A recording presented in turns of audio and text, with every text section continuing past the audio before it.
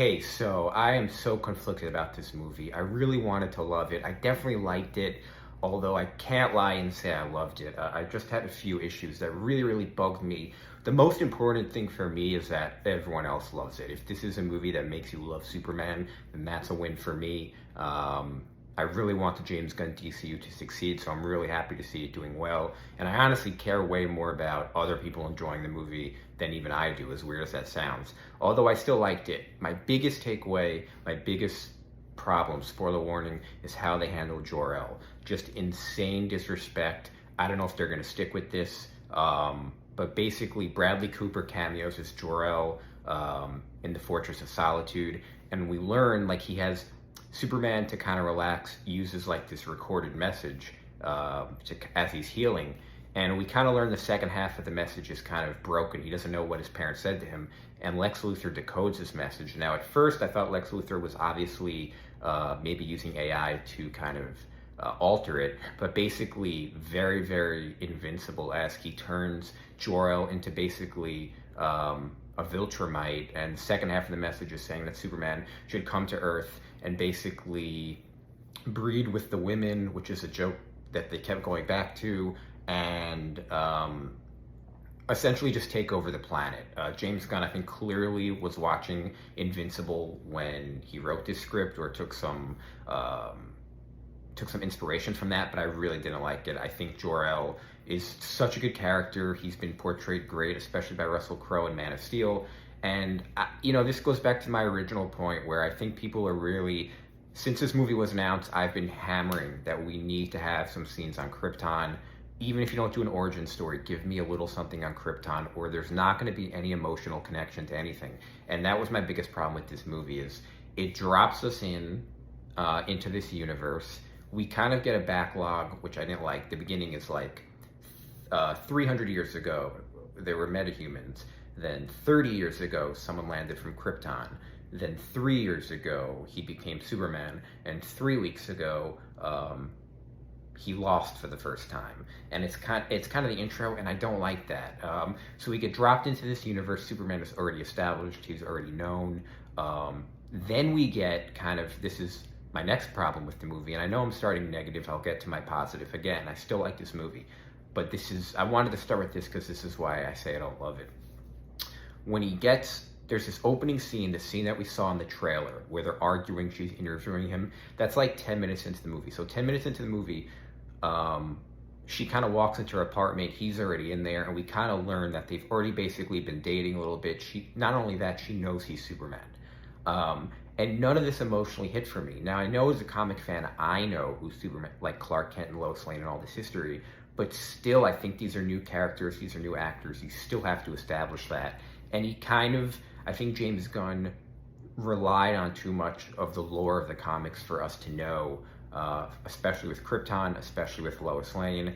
And I just think any way you slice it, there's no way that the first 30 minutes of this movie are better than getting 30 minutes on Krypton. I think you make this movie, it's 2 hours and 9 minutes, you make it 2 hours and 30 minutes, and you give me 20, 25 minutes on Krypton, especially if you're going to have Supergirl be the second movie after this, and especially if you're going to have Jason Momoa as Lobo, and especially if you're going to introduce Brainiac. There's just really no connection to Krypton at all, which I have a big problem with. And another thing that I disagree with is when people talk about origin stories, they always compare Superman's origin story to Batman and Spider-Man, right? And I disagree with that because Superman's origin story has lore to it. Batman's origin story is just his parents getting murdered. There's no separate planet. There's no him coming here. There's nothing like that. Spider-Man's lore is just a spider bite. Superman's lore, it's not just him coming on the basket. He's from another planet. That whole planet has all of its own lore. Brainiac, Jor-El, Zod, all of their technology, everything on Krypton. So I think to say that Superman, we've already seen that origin story before. There's a million ways to do that origin story. There's a million ways to do Krypton.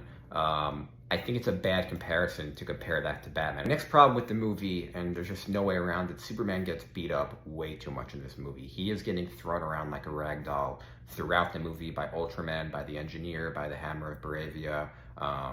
It is just all over the place. It was way too much. I just didn't like it. Obviously, he gets beat up a lot in the movies, but it just seems like not even just in terms of Superman, in terms of just comic book characters in general. I can't remember the last time that a comic book character in their own movie, in their first movie, got beat up like this. Just absolutely crazy. And one thing, I guess, as I now lean into positives, one of the things that I really loved is that James Gunn really understands the characters. He understands the universe. He understands kind of the motivations. You can tell he really, really knows Superman comic books.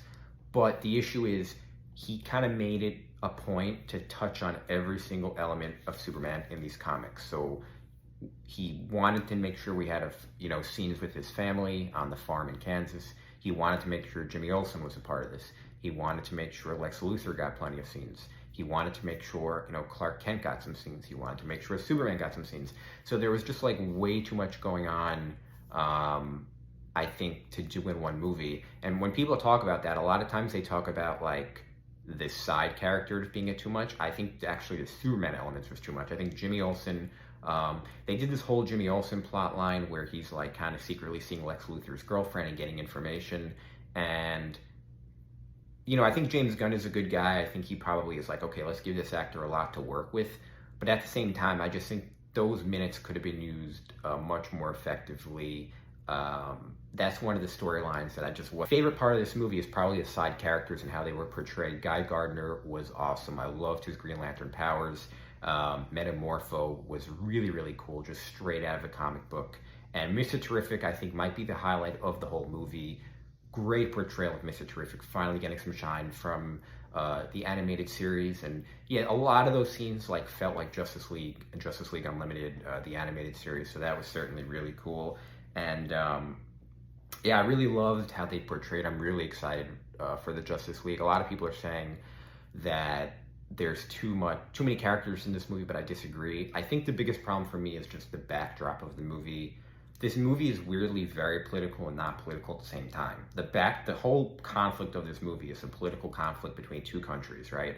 Bavaria, and another country, which I think might supposed to be India or Pakistan, but they use a made-up name. And basically, Lex Luthor is using Ultraman to cosplay as the Hammer of Bavaria, and basically, he has a secret deal with Bavaria where he's going to help them conquer this country and then get half of their country. And that's really what gets Lex arrested at the end of the movie, is when they reveal this. But this, to me, wasn't enough to really be the backdrop of the movie. Another problem is I don't feel like there was really like a central plot. It's so hard to describe the plot of this movie. It's just like, he comes out fighting. Lex Luthor basically frames him very quickly as a bad guy using social media. He gets permission by the government to arrest Superman. He throws Superman in a phantom universe, in a pocket universe where he's in prison. He meets Metamorpho there. He eventually breaks out to go after Luthor, where he fights Ultraman and the Engineer in a baseball stadium. And then, and Bizarro, he ends up fighting in this pocket universe. He realizes it's Bizarro. That's the twist of the movie. I think it would have been cool if they had Henry Cavill play Bizarro. I think that would have been a really good way to kind of keep the Henry Cavill fans kind of excited. But there just wasn't it kind of like the movie start, like you were just kind of placed in a comic book, which I think a lot of people love, and then you kind of see the events of the couple weeks and then you leave. It doesn't really feel like it's all encompassing. Big cameo, or I guess the two big cameos. One, we got a John Cena Peacemaker cameo, who's on a talk show. I thought a really good cameo. It kind of shows the talk show host, and then it kind of cuts to John Cena very quickly, so that got a big pop from the audience.